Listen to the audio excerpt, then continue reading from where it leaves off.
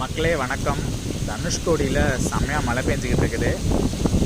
மழைக்கு ஒரு நிழற்குடையில் ஒதுங்கி நிற்கிறேன். ஸோ அங்கே பார்த்தீங்கன்னா ஒரு மனநலம் பாதிக்கப்பட்ட ஒரு பெண் உட்காந்துருக்காங்க. ஸோ அவங்க எதை நினச்சி உட்காந்துருக்குறாங்க, அவங்க மண்டைக்குள்ள என்ன ஓடுது அப்படின்னு எனக்கு யோசிக்க தோணல. பட் வந்து அவங்க மழையில் நனைஞ்சிக்கிட்டு ரொம்ப நேரமாக உட்காந்துருக்காங்க.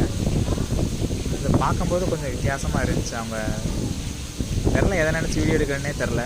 பட் அதை எடுக்கணும்னு தோணுச்சு. ஒரு மாதிரி கவிதை மாதிரி இருக்குது அவங்க உட்காந்துருக்கிறது மலையில்.